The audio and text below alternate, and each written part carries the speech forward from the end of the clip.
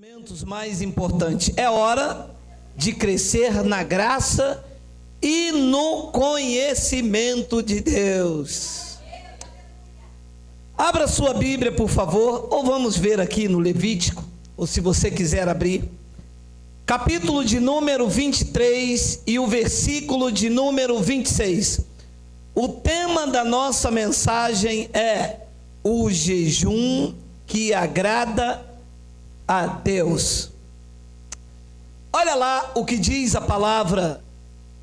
Falou mais o Senhor a Moisés, dizendo: mas aos 10 dias desse 7º mês será o dia da expiação. Tereis santa convocação e afligireis as vossas almas e oferecereis oferta queimada ao Senhor. Vamos orar. Senhor Jesus Cristo, em Ti está oculta todo o tesouro do conhecimento e da sabedoria. Quão insondáveis são os Teus caminhos e quão inescrutáveis são os Teus juízos. Eu te peço, apacenta a Tua igreja com palavras inefáveis de conhecimento e de sabedoria. Eu, de mim mesmo, nada tenho e nada sou. Eu te peço que Tu me uses, porque eu vou usar a Tua palavra. E todo o povo de Deus reunido, diga amém. Meus amados irmãos, minha família espiritual, povo de propriedade exclusiva de Deus. Em 1517, um padre agostiniano chamado Martinho Lutero, depois de passar dramas existenciais, vivia de forma inquietante debaixo dos dogmas papal, debaixo dos preceitos das doutrinas da Igreja Católica. Martinho Lutero bate de frente com um versículo bíblico: o justo viverá por fé. Isso aconteceu no ano de 1517, quando se deu então a reforma protestante. Martinho Lutero então se insurge contra os dogmas da Igreja Católica, contra Roma, a crença de Roma papal, e coloca no castelo de Wittenberg 95 teses que ele defendeu, que surgiu então o protestantismo. Só que a Cúria Romana não deixou que aquilo que Martinho Lutero acreditava como reforma fosse adiante. Porque o que Martinho Lutero pensou? Se o justo vive por fé, por que então fazer obras? Porque obras depende do mérito do homem, depende da minha carne, e fé é acreditar no impossível, no invisível, é a certeza de coisas que não veem e de fatos que se esperam. Isto é uma vida por fé.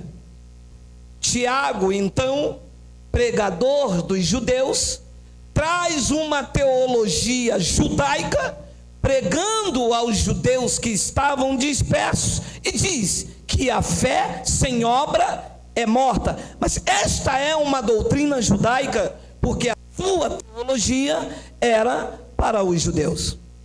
Paulo então é levado ao terceiro céus e diz que sem ou por obras da lei ninguém será justificado. A nossa justificação, o que me justifica diante de Deus, é a graça. Deixe-lhe dizer uma coisa: nenhuma obra nenhuma obra da lei, nenhuma justifica o homem. Paulo pregou isso em Gálatas, no capítulo 2, no livro em diante, quando repreende Pedro em Jerusalém, junto com Tiago e João, que eram pregadores da circuncisão. Eles pregavam o evangelho da circuncisão. Então hoje nós vamos falar de um assunto inquietante, bíblico, de Deus, com Bíblia aberta. Nós não somos pauradores frívolos. Aqui não se abre Bíblia, fecha, roda, pula e conta a história da carochinha. Aqui é Bíblia aberta. Olha o que a Bíblia, a palavra de Deus diz. Coloca para mim, por favor, no versículo 26. Vamos lá. Falou mais o Senhor a quem? Olhe para mim. Quando Deus fala com Moisés, fala aos da lei. Nós somos da graça. A lei foi dada por intermédio de Moisés. A graça e a verdade vieram por meio de Jesus Cristo e só foi revelada a Paulo na sua ressurreição. Então, quando Deus diz a Moisés, está dizendo a Moisés e aos que vivem debaixo da lei. Então, olha o que Deus diz a Moisés e inconsequente a todos os que vivem a lei. 27. Aos 10 dias desse 7º mês, que é lá em Israel chamado o mês de Tamuz, será o dia da expiação. Tereis santa convocação e olha, afligirei as vossas almas e oferecereis oferta queimada ao Senhor. Durante algum tempo eu também, como Martinho Lutero, eu comecei a questionar Deus. Eu pensei, como que pode um Deus que fez as estrelas, que chama cada uma pelo seu nome, um Deus que diz ao mar, até aqui tu vem e não passas, um Deus que colocou limite no homem, este mesmo Deus se fez carne, foi ao túmulo e ele mesmo ressuscitou, ele que não teve oração de ninguém. Jesus disse, eu tenho um poder para dar a minha vida e reavê-la. E eu perguntava, como é que pode um Deus dessa magnitude depender da minha fome para fazer alguma coisa? Eu pensei, alguma coisa aqui não encaixa? Imagina que para Deus fazer um milagre na minha vida, para Deus me curar, para Deus me dar unção, para que eu pregasse melhor, para que eu fizesse alguma coisa, seria necessário eu ficar com fome o dia todo, a noite toda, o chamado jejum. E o Espírito em mim incomodava e eu perguntava, será que o trono lá em Sido é movido por fome? Será que esse Deus que fez tudo isso depende que eu fique horas sem comer e só assim ele age na minha vida? O Espírito disse, não, isto era para os judeus, isto era para Moisés. Esta palavra afligir a alma é o jejum dos crentes que não sabem. Porque o crente entra dentro da igreja, quer agradar a Deus de todas as formas.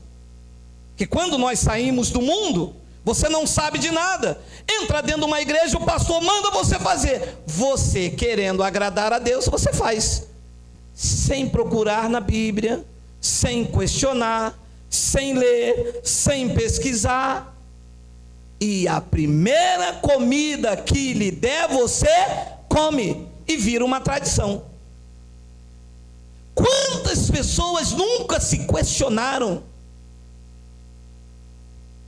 Quantas pessoas não parou para pensar e digam, meu Deus, será que se eu deixar de comer um hambúrguer, eu vou ter mais poder? Se Será que se eu deixar de comer um angu à baiana sem pimenta, Deus vai me usar nas divinas revelações? É por aqui o caminho? E as pessoas fazem. Então, Deus disse a Moisés, Ele não disse ao povo da graça de Deus, Ele não revelou a Paulo no terceiro céu, porque Paulo recebeu um ensinamento para a igreja do novo pacto, que somos nós. Nós fazemos parte da igreja do novo pacto. Não há no nosso sangue genética judaica. Nós não servimos a Moisés, servimos a Jesus Cristo. A Moisés foi dada a lei, a Jesus foi dada a graça. Então, isto era uma ordem para Moisés e todo o povo que vivia na lei. Ao 10º dia do 7º mês, esse dia era considerado o dia da expiação, por causa de 5 tragédias que acometeu o povo judaico. Uma delas, no mês de Tamuz, foi quando Moisés quebrou a tábua da lei. E eles então tinham, por causa disso, afligir as vossas almas. Então olha o que disse Isaías, para que você entenda que afligir a alma era o jejum que hoje se pratica nas igrejas. Olha lá, todavia, Deus estava falando com o povo, depois nós vamos voltar aí. Todavia me procuram cada dia. Deus está dizendo que o povo procurava Ele a cada dia, tomando prazer em saber os meus caminhos, como um povo que pratica justiça, não deixa o direito do seu Deus, perguntam-me pelos direitos da justiça, e eles têm até prazer em se chegarem a Deus. 3, dizendo, olha o que o povo estava dizendo a Deus, olha só, você sabe que eu entrei e saí durante anos de igreja, e lá se vão 17 anos rodando com isso, nunca me mostraram essas verdades. Olha o que o povo estava dizendo, olha lá, por que jejuamos nós e tu não atentas para isso? Porque afligimos as nossas? O povo estava afligindo a alma fazendo o quê? Lembra o que ele disse a Moisés? Eu quero que vocês afligem as vossas almas. Então, como é que se afligia a alma? Fazendo jejum. Dizendo, olha o que o povo estava dizendo, por que jejuamos nós e tu não atentas para isso? Porque afligimos as nossas almas e tu não sabes. Deus então respondeu, eis que no dia em que jejuais, achai o vosso próprio contentamento e requereis todo o vosso trabalho. Estavam jejuando querendo alguma coisa. Outro espírito de barganha. O povo faz barganha com Deus, meu irmão. Você já ouviu alguém fazer assim, está fazendo um jejum para quê? Para me ajudar aquele necessitado que está caído na rua. Conhece alguém? É sempre para pedir alguma coisa. É sempre querendo algo em troca. Como se Deus fosse dar algo em troca para alguém por causa de deixar de comer. Ruanda era o país mais beneficiado.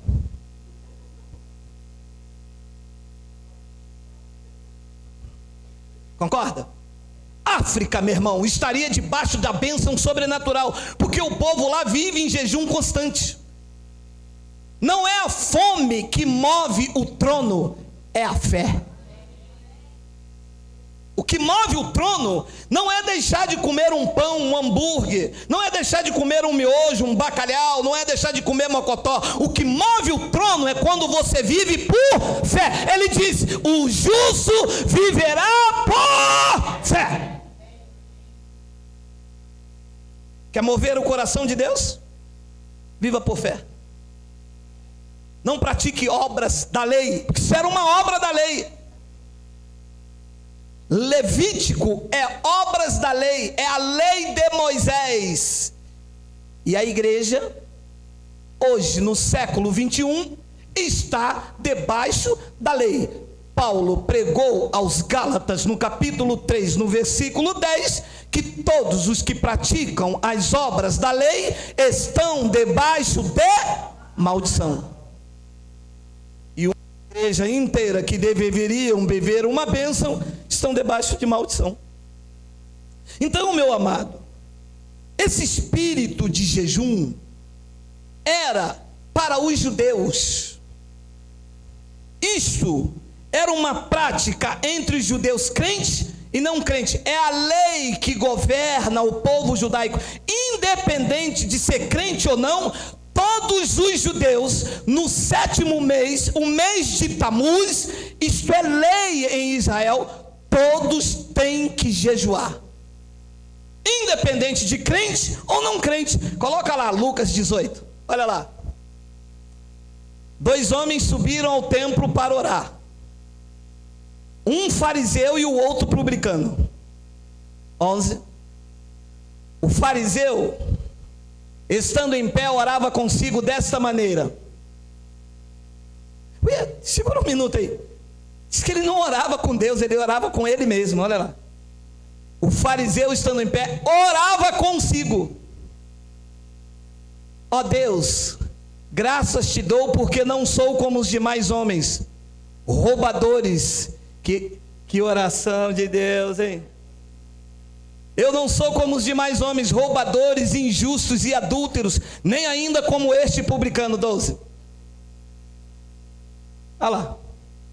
Ao fariseu, jejuo 2 vezes na semana e dou os dízimos de tudo quanto possuo. Jejuo. Então o fariseu tinha poder de Deus. Então o fariseu tinha unção. Então o fariseu tinha comunhão.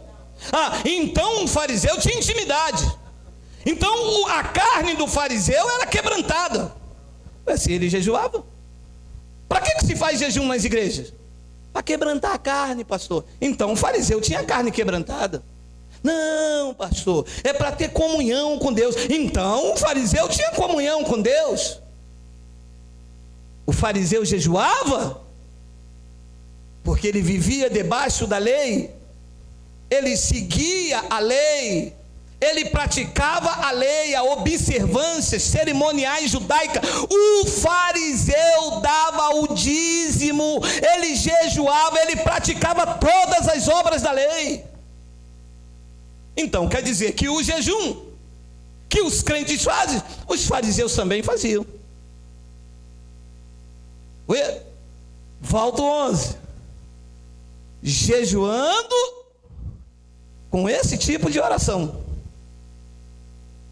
não sou como os demais homens, roubadores, injustos, adúlteros. E o dedão devia estar, no focinho do publicano, nem como este aqui, ó. Eu não sou como este homem, Deus. 12. Eu jejuo 2 vezes na semana e dou os dízimos de tudo quanto possuo. Então nós não somos fariseus, porque isto aqui traz glória humana. Esse tipo de jejum que se fazem na igreja gera soberba, gera falsa santidade, gera falso poder. Na igreja tem mais poder quem jejua mais, quem vai mais ao monte. Chegou aquele varão de monte aí, pode convidar para ir lá na tua igreja, aquilo ali é terra de canta súbia. O quê? Aquele irmão ali é homem de monte, meu irmão, pode chamar para ir na igreja. Ele prega, quando ele prega, o fogo desce. Isso é falsa santidade, isso é soberba, isso é pompa, isso gera orgulho. E toda soberba diante de Deus é abominável. Olha o que Deus disse lá em Lucas 18:14. Sim, coloca aí. Olha o que aconteceu com o fariseu que estava jejuando. Digo-vos que este desceu justificado para a sua casa, e não aquele, porque qualquer que a si mesmo se exalta será humilhado, e que qualquer que a si mesmo se humilha será exaltado. A exaltação do jejum e do dízimo do fariseu deixou ele humilhado. Então esse espírito aqui na igreja, isso é nocivo. Você vê as pessoas, sabe, se sentindo grande demais, porque deixam de comer um hambúrguer. Meu amado, você vê que alguém vai ser maior do que você se à meia-noite deixou de comer e acordou 6 horas da manhã e entregou esse dito jejum. Não há ninguém maior entre nós, amado. o único maior entre nós será sempre o Senhor Jesus Cristo. Se tem que ter um palco armado para que alguém brilhe, o seu nome é Jesus. O homem não tem que brilhar, o homem não é maior do que o outro, somos iguais diante de Deus. Então todo esse espírito aqui, como eu disse alguns minutos atrás, isto gera soberba, gera orgulho. As igrejas estão cheias de pessoas assim, homens que jejuam, homens que dão dízimo, faz questão de botar no envelope a conta que dá, homens que vão ao monte, homens que oram, homens que falam, homens que pregam, homens, chega de homens. Não queremos governo humano, queremos o Espírito Santo a nos guiar, a nos mostrar a sua verdade. Soberba gera isso aqui. Diz que qualquer que a si mesmo se exalta será humilhado, e qualquer que a si mesmo se humilha será exaltado. É por isso que em graça ninguém pode se gloriar diante dele. Olha o que ele diz agora sim, Lucas capítulo 16. E os fariseus, que eram cheios do poder de Deus porque jejuavam, que eram avarentos, ouviam todas essas coisas e zombavam dele. 15. E disse-lhes, Jesus disse a ele: vós sois os que vos justificais a vós mesmo diante dos homens. Acabou de falar com um homem lá, hein? E disse-lhes: vós sois o que vós justificais a vós mesmo diante dos homens, mas Deus conhece os vossos corações, porque o que entre os homens é elevado, perante Deus é abominação. Eu estou aqui, irmão, quer um pedaço de bolo? Estou no mistério, vaso. O irmão quer tomar um café conosco? Não, manto, eu estou no mistério. Eu estou num propósito com Deus. Isso aqui, tudo que entre os homens é elevado para trazer falsa santidade, para trazer orgulho, pompa, Deus diz que perante ele é abominação.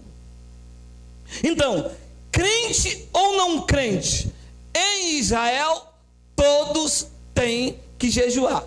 Ao sétimo dia do mês, ao sétimo mês, o mês de Tamuz, toda a nação, crente ou não crente, os seguidores ferrenhos da lei, tem que jejuar. O que os pastores fizeram? Trouxeram a lei de Moisés e colocaram dentro da graça, porque isso gera falsa santidade. É bonito, é legal, mas não é de Deus. Jejum é para os da lei. Olha lá que eu vou te mostrar agora, Marcos capítulo 2, isso é um clássico no nosso ministério. Olha lá, ora, os discípulos de João e quem? Não, mas essa turma está sempre envolvida com jejum, meu amado. Eu acho que eu já vou começar a chamar essa turma que faz jejum de fariseu. Olha lá o que diz a palavra que se revela nesta noite. Ora, os discípulos de João e os fariseus jejuavam, e foram e disseram-lhe, falaram com Jesus: por que jejuam os discípulos de João e os dos fariseus? Ei, alô? E não jejuam os teus? A pergunta que eu faço aos senhores é: os discípulos de Jesus estavam jejuando? Pastor, por que é que não ensinam isso na igreja?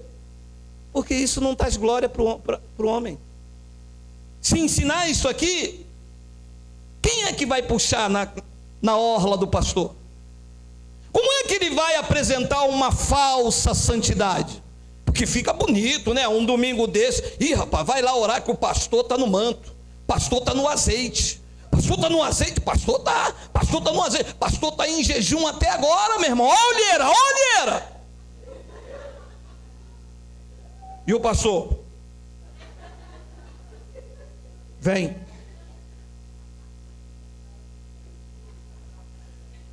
Eles perguntaram, os fariseus foram até Jesus e falaram: vem cá, Jesus, que negócio é esse, cara?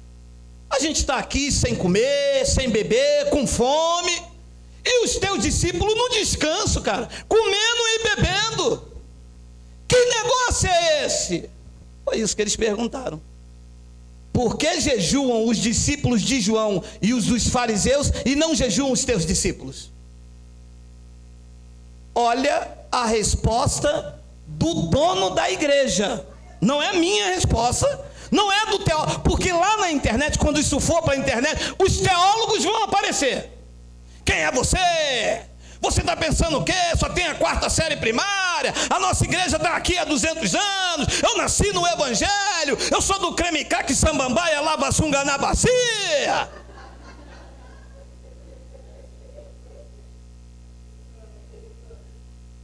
Olha o que o dono da igreja disse. E Jesus disse-lhes: podem porventura os filhos das bodas jejuar enquanto está com eles o esposo? Enquanto tem consigo o esposo? Podem ou não podem?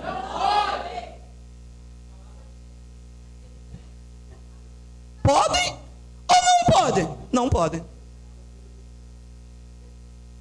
Pastor, ensinaram-nos que devíamos jejuar e o dono da igreja está dizendo que não pode? Pastor, sinto muito, eu vou fazer o que o meu pastor manda. Amado, nós não estamos contra quem faz, nós estamos a favor do evangelho.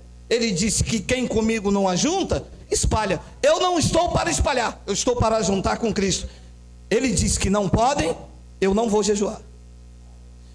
Por que é que ele disse isso aqui? Porque a característica do jejum é a tristeza, é o luto. Ora, se eu estou com o meu noivo, como é que eu vou ficar triste ou vou estar de luto? Foi isso que ele estava dizendo. Podem porventura os filhos da boda, do casamento, jejuar enquanto está com eles o esposo? Ora, enquanto tem consigo o esposo, vocês não podem jejuar. Eu vou fazer uma pergunta. Quem aqui tem o esposo, diga amém. Amém. Vocês não podem jejuar. Se vocês fizeram um jejum, vocês estão dizendo: eu não tenho o esposo, eu estou triste, eu estou de luto porque ele está morto. Só que o nosso esposo não está morto, está vivo. E eu vou ficar de luto, meu amado. Eu vou ficar de luto se ele morrer. O que foi? Não quero comer um. Mas é mingau, não quero. Não quero. Come, rapaz, mingau de aveia, não quero. Por quê? Jesus morreu, olha lá. Ela não disse, olha lá, Jesus morreu, eu não quero comer, eu estou de luto, eu estou triste, eu vou fazer um jejum. Ele disse: podem porventura jejuar enquanto está com ele os esposos? Os fariseus jejuavam porque eles não tinham esposo.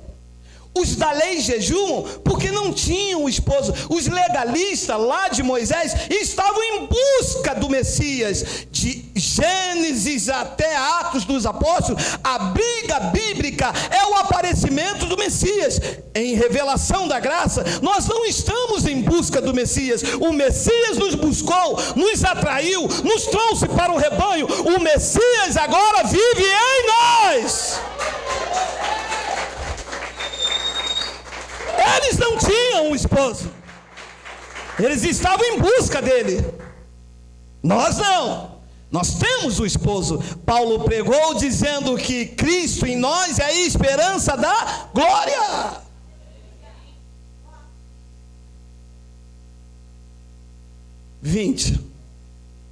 Mas dias virão, Jesus continuou o assunto.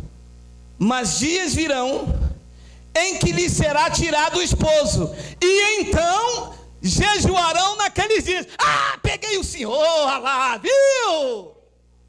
Ah, vai vir dia em que o esposo vai ser tirado. Então nesses dias nós vamos ter que jejuar. Sim ou não, pastor? Sim. O esposo foi tirado deles na sexta, no sábado, No domingo de manhã, João, Maria e Pedro correram até o túmulo. A pedra estava revirada, um anjo estava sentado em cima. Maria gritou: aonde, jardineiro, aonde tu colocou o meu Senhor? Quando Maria olhou para trás, ele disse: Maria. Quando ela olhou, ela disse: Raboni, mestre. No terceiro dia, o noivo voltou.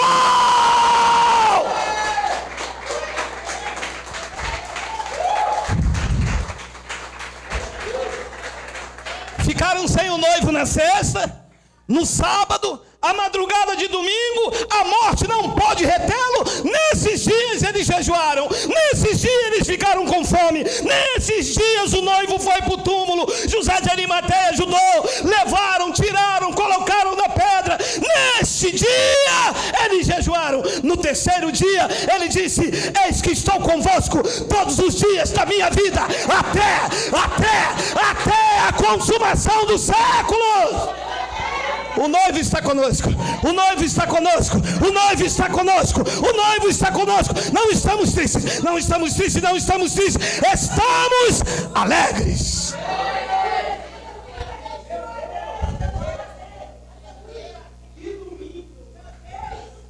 Pastor, me tire uma dúvida. Mas Jesus Cristo jejuou, é verdade. Mas ele não foi o meu exemplo, ele foi o meu substituto. Se ele fosse o meu exemplo, teria eu que morrer na cruz. Se ele fosse o meu exemplo, teria eu que ser cuspido, porque cuspiram nele. Se ele fosse o meu exemplo, teria eu que beber vinagre, porque ele bebeu vinagre. Mas ele não foi o meu exemplo, ele foi o meu substituto. Ele nasceu sobre a lei, e debaixo da lei teve que jejuar. Coloca lá Gálatas. Mas vindo a plenitude dos tempos, Deus enviou seu filho, nascido de mulher, nascido sob a lei. Se nasceu sobre a lei, o mandamento era pus da lei. Ele cumpriu a lei no meu e no teu lugar, para que eu não tivesse que fazer o que ele fez por mim, porque homem nenhum conseguiu cumprir a lei. Ele veio no cumprimento da lei. Olha lá, Mateus 5,17, olha lá. Não cuideis que vim destruir a lei e os profetas. Não vim para abrogar, mas para cumprir. 18. Porque em verdade vos digo, que até que o céu e a terra passe, nem um jota ou um tio se omitirá da lei, sem que tudo seja cumprido. E na cruz do Calvário ele disse: está consumado. Então ele cumpriu a lei no meu lugar. Ele pôs fim a todas as obras da lei. Olha lá, Romanos 10,4. Porque o fim da lei não é a continuação. O fim da lei, o fim da lei, o fim do jejum, o fim das obras de Moisés, o fim da lei é Cristo. Mas não é para todos, é para a justiça daquele que crê. Eu creio. Colossenses 2, 16, 17. Portanto, ninguém vos julgue pelo comer ou pelo beber, pelo jejum. Ninguém vos julgue pelo comer ou pelo beber, ou por causa de dias de festa, ou por causa da lua nova, ou dos sábados, 17, que são sombra das coisas futuras, mas o corpo é de Cristo. Aqui vocês não fazem jejum só quando vai ao médico tirar sangue. Ou o jejum forçado. Eu mesmo já fiquei 3 dias sem comer. Não tinha comida, eu estava numa situação, eu já dei o meu testemunho, eu fui preso, eu fiquei 4 anos dentro de um presídio, houve um quebra-quebra, troca tudo, bate de lá, bate de cá, todo mundo sem comer, fiz jejum. Ou quando eu vou ao médico tirar sangue, ele diz: olha, não pode vir, tem que vir em jejum. Fora disto, em graça, eu não estou triste, eu não estou de luto, eu estou feliz com o meu noivo. E quem tem um noivo, disse a palavra, não pode jejuar. Pastor, mas o senhor prega contrário do que todas as igrejas? Não, eu prego a palavra. Quem prega o contrário são eles. Eu prego esta palavra. Eu não prego o contrário. Eles, com o intuito ganancioso de prender, amarrar o povo, amanhã, Santa Ceia, todo mundo em jejum.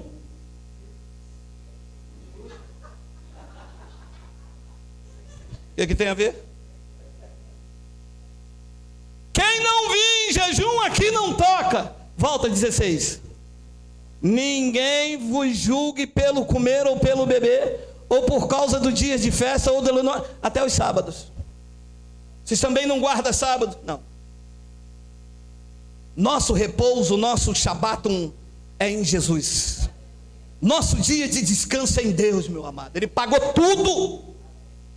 Então olha o que diz Hebreus 9. Consistindo somente em comidas e bebidas e várias abluções e justificações da carne, imposta até o tempo da correção. A correção chegou aqui esta noite. Diz que comidas e bebidas e várias abluções e justificações da carne, elas foram impostas até o tempo da correção. Vindo a correção, acaba essas obrigações. Talvez alguém me faça mais uma pergunta e diga: mas Paulo jejuou? Sim, Paulo jejuou, mas o seu jejum era forçado. Olha lá o que diz 2 Coríntios 11, 25 a 27. 3 vezes fui açoitado com varas. Uma vez eu fui apedrejado. 3 vezes sofri naufrágio. Uma noite e um dia passei no abismo.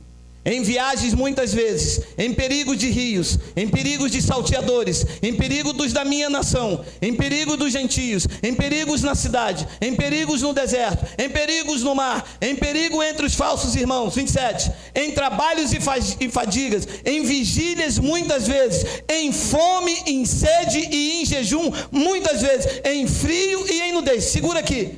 Isso aqui ele estava em viagem de um lugar para o outro. Numa dessas viagens, o navio passou por uma tempestade, meu amado, que quebrou tudo. Eles foram obrigados, está lá em Atos capítulo 27, eles foram obrigados a jogar tudo fora do navio, para o navio não afundar. Foram deparar numa ilha chamada Malta, lá ficaram sem comer. Jejum chama-se abstinência de alimento, não tiveram o que comer. E Paulo disse: eu passei em jejum. Só que hoje lá, se Paulo soubesse que eles iam copiar apenas essa partezinha aqui de Paulo, e não esse restante todo, Paulo não teria escrito.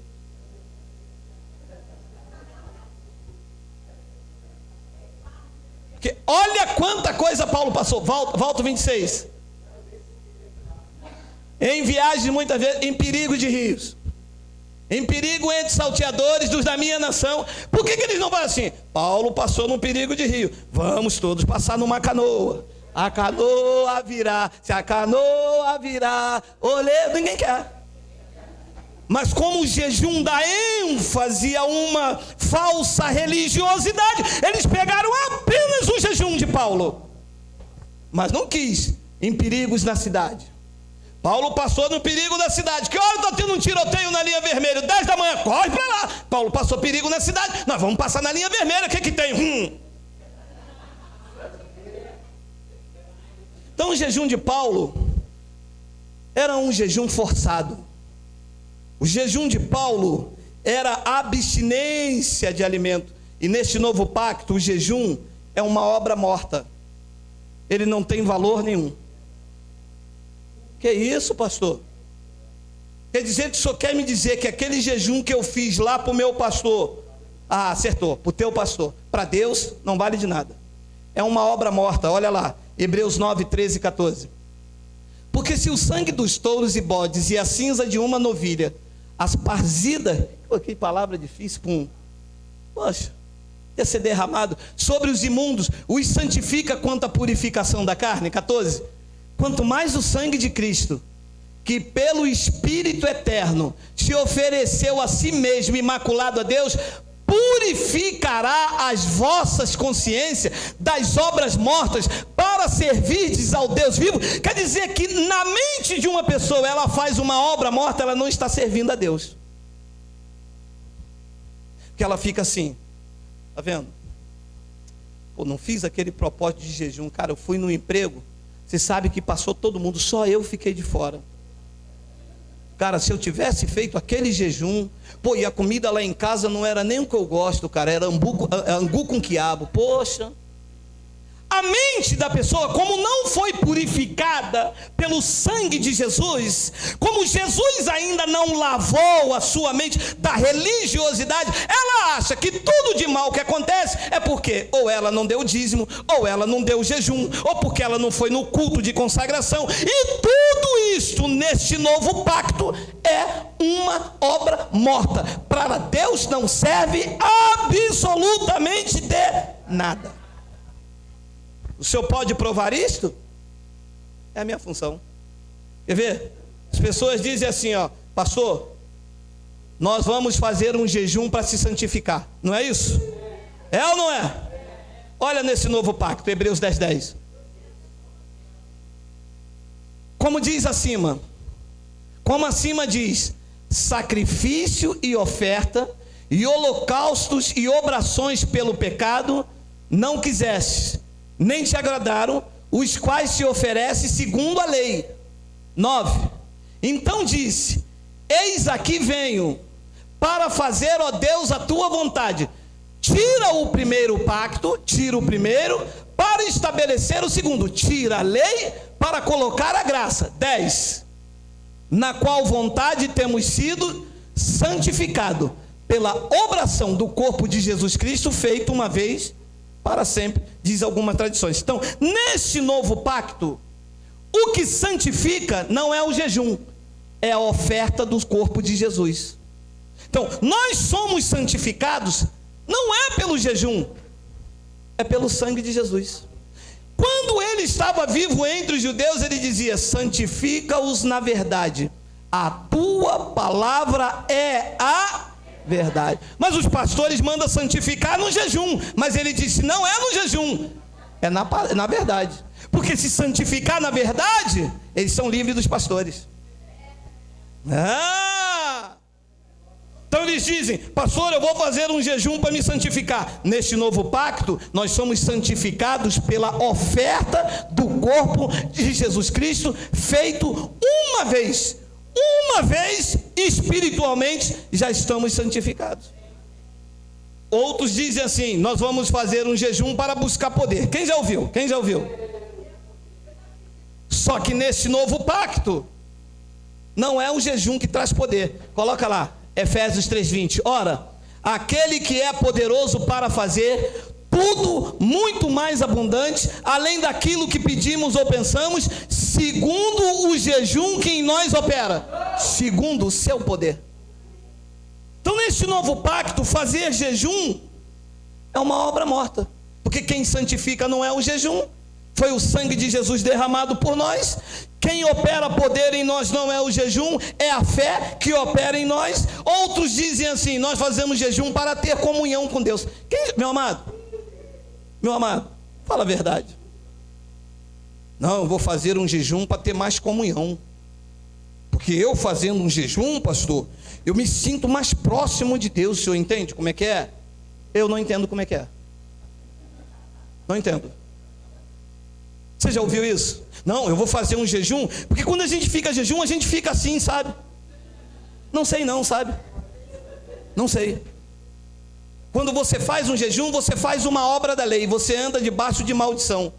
Ué, então o que eu faço para ter mais comunhão com Deus? Olha lá o que você faz. Mas o que se junta com o Senhor é um mesmo Espírito. Tem como ter mais comunhão do que isso? Diga, estou junto e misturado. É um Espírito com Ele. Tem como ter mais comunhão? Não tem como, estou casado com minha mulher há 17 anos, não tem como mais ter mais comunhão com ela, não tem mais. Deus disse que eu e ela somos uma só carne. Deus, quando olha para mim e para ela, não vê dois, vê um só. Não tem mais como ter mais comunhão com isso. Meu amado, não tem como você ter mais comunhão com Deus do que isso. O que se ajunta com o Senhor é um só Espírito com Ele. Você já está em comunhão com Ele. Olha lá o que diz 1 Coríntios 1:9. Fiel é Deus, pelo qual foste chamado para fazer um jejum, para ter comunhão com o Pai, depois com o Filho, depois com o Espírito Santo. Fiel é Deus, pelos quais foste chamado para a comunhão de seu Filho. Você já foi chamado para esta comunhão na cruz. Você já tem comunhão com Ele.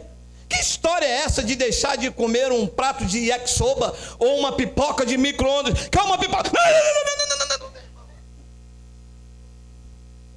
Cara, é pipoca de manteiga. Ah, pipoca de manteiga eu vou quebrar o jejum, vai. Pô, pipoca de manteiga ninguém resiste. Ih, rapaz, comi a pipoca de manteiga, não perdi minha comunhão com Deus. Uma pipoca de manteiga. Compreende, Mateus? Uma pipoca de manteiga quebrou a comunhão com Deus. Não quebra. Porque foi exatamente para ter comunhão com o Filho de Deus que você foi chamado.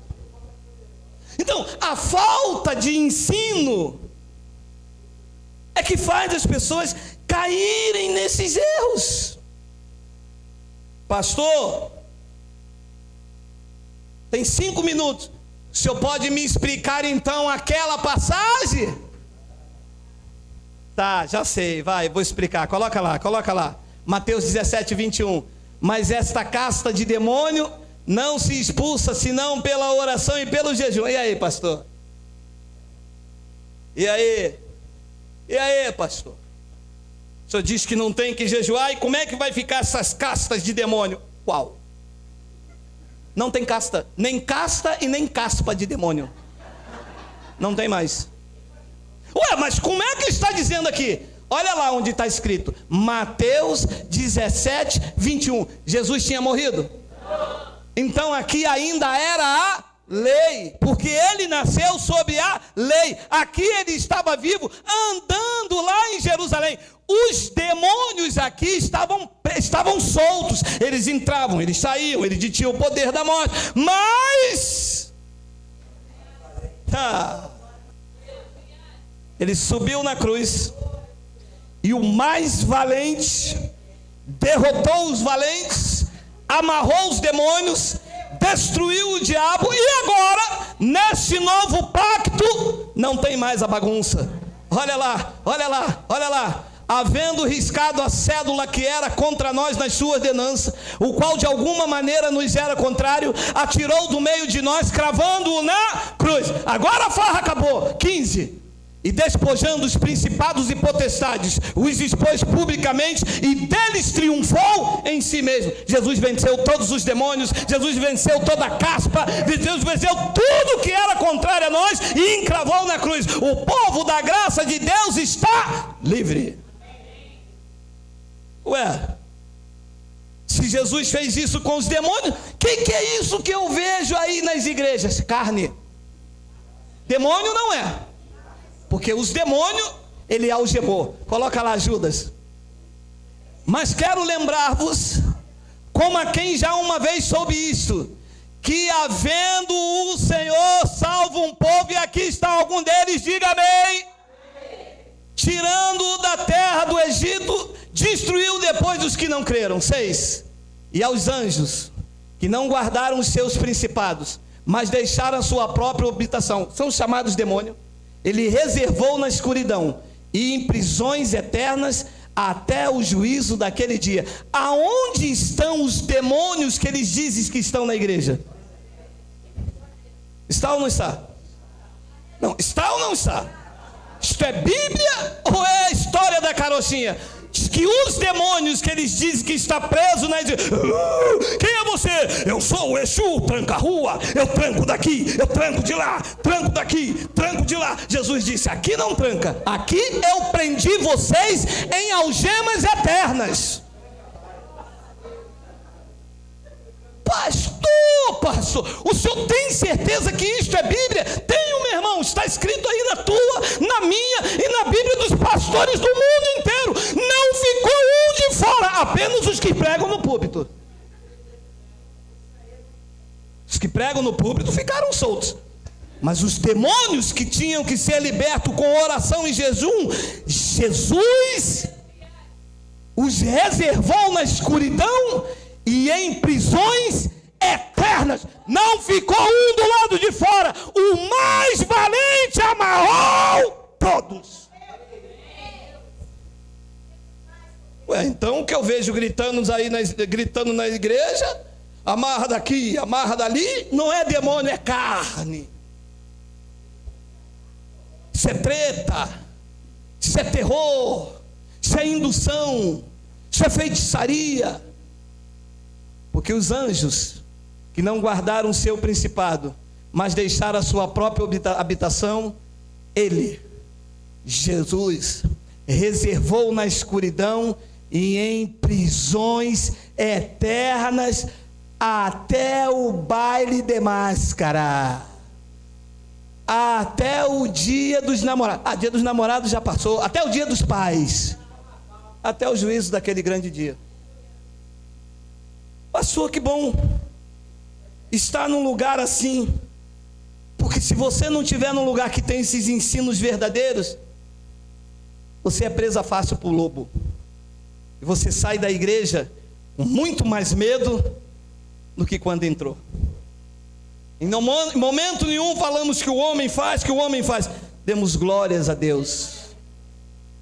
Pastor, se isto deixar de comer é uma obra morta, e o Senhor disse que existe um jejum que agrada a Deus, qual é?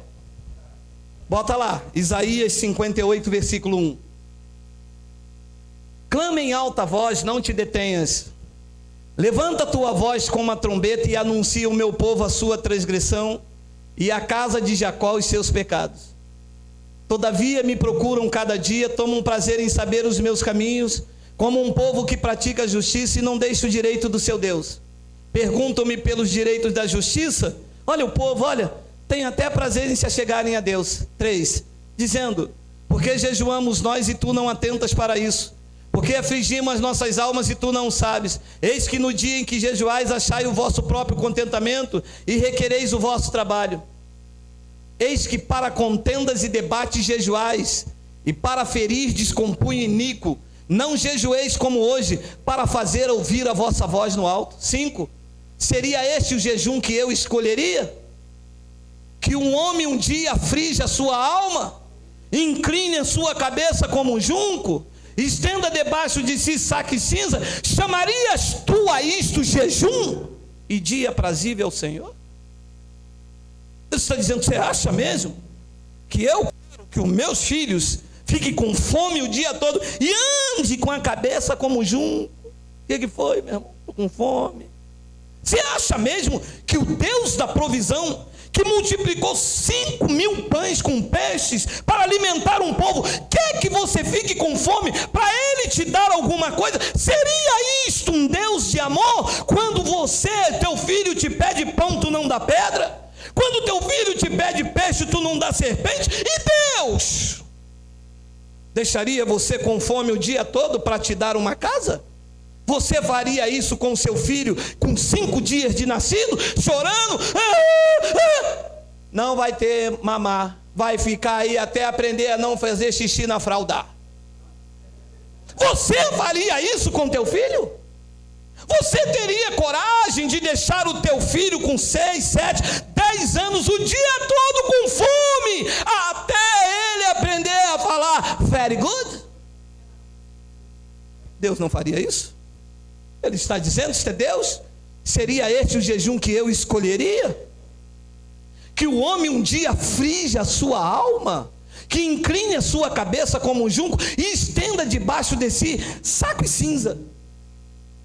Chamarias tu isto a jejum e dia aprazível ao Senhor? 6. Porventura, não é este o jejum que eu escolhi?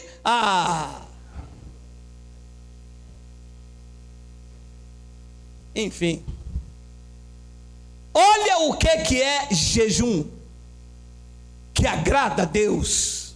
Leia: que soltes as ligaduras da impiedade, que desfaças as ataduras do jugo, que deixe livre os oprimidos e despedace todo o jugo. Lembra do fariseu? Em jejum e cheio dessas carrancas aqui. Eu não sou como esse homem, roubador, adúltero. Ei, pastor, trouxe um bolo do senhor. Não posso, minha irmã, estou no mistério. A irmã vira as costas e diz: Essa irmã é aquela que eu falei contigo, obreiro. Que não está dando dízimo. Que adianta ficar com fome, é fofoqueiro, fala mal, trata mal, aponta, acusa. Ele diz: porventura não é este o jejum que eu escolhi? Que vocês soltem a ligadura da impiedade. Deus quer isso. Que vocês desfaçam a atadura do jugo. Tire o jugo da igreja, tire essas ataduras. Que deixes livres os oprimidos e despedace todo o jugo. 7. Porventura, não é olha o jejum que Deus escolheu. Não é também que repartas o teu pão com o faminto, e recolhe em casa os pobres abandonados, e quando vires o nu, o cubras, e não te esconda da tua casa. É isso aí que Deus quer. Eles veem o pobre na rua, fecha a janela, ei, lá vem um ladrão para me assaltar. Ei, não tenho dinheiro não, rapaz, não tenho dinheiro não. Estou em jejum. Deus disse: é isso que eu quero. Eu quero que você repartas o teu pão com o faminto. Aí, teólogo, manda fazer um jejum na tua igreja aí, para cada um pegar 5 quilos de arroz e sair pela rua aí. Não, sábado que vem, culto de consagração, vamos buscar poder de Deus, todo mundo em jejum. Buscar quê? Poder de Deus é evangelho, disse Paulo. O poder de Deus, disse Paulo aos Romanos, é o evangelho. Quer buscar poder? Leia. Consagre-se a sua vida na leitura diária, que você vai encontrar o poder de Deus para a salvação de todo aquele que crê. Deus não quer que fique com fome, meu amado. Ele quer que você repartas o teu pão com faminto, recolhas em casa os pobres abandonados, e quando vires o nu, o cubras, e não te escondas da tua carne. 8. Então, se fizeres isso, romperá a tua luz como a alva, a tua cura apressadamente brotará, e a tua justiça diante de ti, e a glória do Senhor será a tua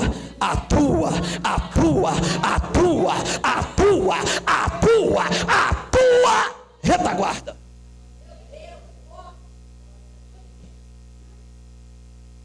Nove. Então, clamarás e o Senhor te responderá, gritarás e ele dirá: eis-me aqui.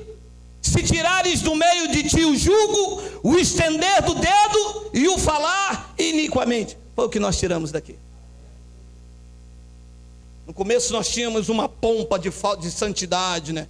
Eu não me misturo com ninguém, eu sou santo, eu jejuo mais do que você. Pastor, mas eu só fiz 2 horas. Fez pouco, tem que ser igual a mim. Eu estou em 24 horas de jejum.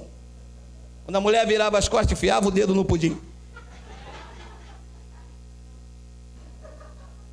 Que é isso aí, marido? Mexeu aqui, estou vendo tua boca. Não estou falando em mistério.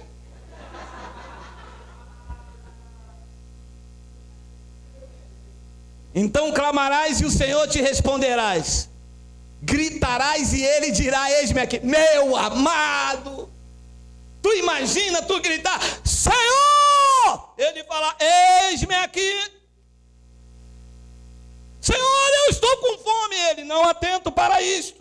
Senhor, eu cobri o nu, reparti o meu pão, acolhi em casa. Ele disse: eis-me aqui, e a minha glória será a tua retaguarda. Manda vir, manda se levantar. Senhor, mas é crise. É a minha glória como tua retaguarda, meu irmão. Sou o dono da prata, do ouro, eu tenho a provisão, eu abro, eu exalto, eu derrubo, eu crio, eu levanto, eu faço e acontece. Agindo eu, ninguém impedirá. 10.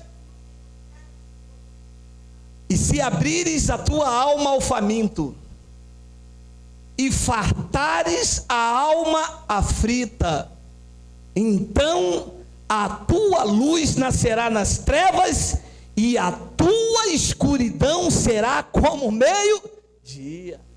Diga: eu recebo esta palavra. Pô, o Senhor é diferente dos pastores, pô. Os pastores mandam a gente ficar com fome, o Senhor manda a gente alimentar a alma aflita. Nós estamos aqui na contramão do que eles pregam. Bingo! Que está pregado aí fora precisa de uma correção. O que está sendo pregado aí fora é lei de Moisés, escravizando o povo, dominando o povo com jugo, com doutrina. A alma está aflita, o povo está desesperado em busca da verdade de Deus e não encontra, porque elas estão aqui. Precisa de alguém com autoridade, precisa de alguém com conhecimento para mostrar as verdades de Deus. Não agradar a homens, mas agradar aquele que disse que se você abrir a tua alma ao faminto e fartares a alma aflita, a tua luz nascerá nas trevas. Que faz luz nascer nas trevas, meu irmão, é isso aí, ó. Só que isso eles não querem, porque isso não enche cofre de igreja. Isto eles não querem, porque isto aqui não produz número para placa. Isto eles não querem, porque isto aqui não produz membro para convenção. Mas nós queremos, porque isto aqui exalta a glória de Deus. Isto aqui não cabe homem, não cabe suor, não cabe fita, não cabe óleo. Isto aqui não cabe unção de homem. Isto aqui cabe promessa de Deus. Foi Ele que disse que a nossa luz nascerá nas trevas e a tua escuridão será como o meio-dia. E eu recebo isto. 11. E o Senhor te guiará continuamente e fartará a tua alma, não é deixar com fome, e fartará a tua alma em lugares áridos, fortificará os teus ossos, e serás como um jardim regado, e como um manancial, cujas águas nunca faltam. Fala a verdade, fala a verdade. Você já viu coisa mais bonita do que essa? Aí se levanta alguém aqui com os balabachúria, porque para impressionar o povo, né? Porque o povo só acredita que é Deus falando. Se alguém entrar aqui e falar assim, e creme, craque, sambambaia, lava, sunga, nabacia, Rita, passa lá para trás. Ô Rita, passa lá para trás. Aí o cara, ih, Deus está bradando, Deus está bradando, Deus está bradando. Eis varão que falo eu contigo, eu vou descer a mão sobre você. Aí o que cutucou falou assim, é contigo, é contigo, é contigo. Deus está falando contigo, vaso, Deus está falando contigo, vaso. Que nunca é com a pessoa, né? Descer a mão, né? Eis que eu vejo um passaporte. Deus falou comigo, irmão. Deus falou, não rapaz, Deus falou comigo. Que com você o quê? Você nem vai viajar, é comigo, varão. Isto é lindo. E o Senhor te guiará continuamente, fartará a tua alma em lugares áridos, fortificará os teus ossos, será como um jardim regado e como um manancial, cujas águas nunca faltam. Aprender a tirar o jugo, tirar a lei de Moisés. As igrejas estão aí, meu irmão. Não porque eu fiz um jejum, porque eu fiz isso, porque eu fiz aquilo, mas é lei. E quem vive debaixo da lei está debaixo da maldição. Ele não quer que você fique com fome. Ele quer que a tua alma, ele quer que você esteja alimentado. Ele quer que o Espírito da graça tome conta de você. Ele quer que você saia daqui saciado, seguro em Deus. Não é a falta de comer um biscoito ou um pão que vai te trazer mais próximo de Deus, que vai te trazer mais poder de Deus. Pelo contrário, é acudindo o necessitado. Grace, por favor, volta o versículo 9, por favor. Olha, então clamarás e o Senhor te responderá, gritarás e ele dirá, eis-me aqui. Quantas pessoas não vivem isso? Quantas pessoas estão gritando por socorro, meu irmão? Quantas pessoas estão dentro das igrejas sofrendo, gemendo? Algumas pessoas estão pedindo socorro e Deus não aparece, porque estão fazendo as coisas erradas, pensando que estão agradando a Deus, estão agradando a denominação, estão agradando a placa, estão agradando a convenção, estão agradando ao pastor, porque o pastor mandou, porque o pastor disse. Mas ele não disse. Ele disse, se você fizer o que eu disse lá atrás, você vai clamar e ele te responderá. Você vai gritar e ele dirá, eis-me aqui. Imagina, você gritar, Senhor, ele, eis-me, eu estou aqui. O que foi? O Senhor, aquela situação, eu resolvo. Senhor, é aquela situação, você me mostra, olha aí, vê. Senhor, eu preciso tomar uma atitude correta no meu emprego, um novo negócio, uma sociedade. Senhor, eu estou indo para um local. Senhor, eu estou indo para um novo ministério. Como é que é? O Senhor está lá? Não, eu estou. Aqui eu estou, ali eu não estou. Aqui você pode, aqui você fica. Aqui você vai crescer, aqui você vai crescer na graça. Aqui eu vou falar contigo. Eis-me aqui. Mas se você tirar do meio de ti o jugo, meu amado, você sabe quantas pessoas estão de jugo, de fardo pesado dos homens até a alma, e eles colocam sobre os homens, mas eles mesmos com o dedo, nem com o dedo eles querem movê-lo. Você sabe quantas pessoas estão gemendo? É fardo para todo lado. Não usa brinco, não corta o cabelo, não faz isso, não faz aquilo. Hoje é sábado, não pode quebrar o sábado, não pode isso. Tem que vir em jejum, tem que fazer isso. Se não der o dízimo, se não sei o que. Você sabe, essas coisas aqui é um jugo pesado, uma carga, uma canga sobre a vida do povo de Deus. Ele disse: eu quero que vocês tirem o jugo. Quero que vocês tirem o estender do dedo e o falar iniquamente. 10. Se vocês abrirem a alma ao faminto, fartares a alma frita, então a tua luz nascerá nas trevas. Graças a Deus. Na minha vida, a luz nasceu nas trevas. Eu deixei de seguir homens. Há 5 anos, eu encontrei o Evangelho da graça de Deus. Eu abri mão de tudo.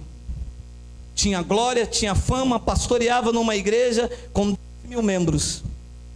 Eu disse: eu prefiro começar do zero com a verdade do que sobre o domínio do homem viver no jugo. Se Deus realmente falar aqui, eu vou a um passo de cada vez, mas eu irei na direção certa. E a luz brilhou no meio da escuridão. As trevas se tornaram como meio-dia, e eu pude perceber com clareza que o que Deus quer de mim é que eu viva uma vida com fé.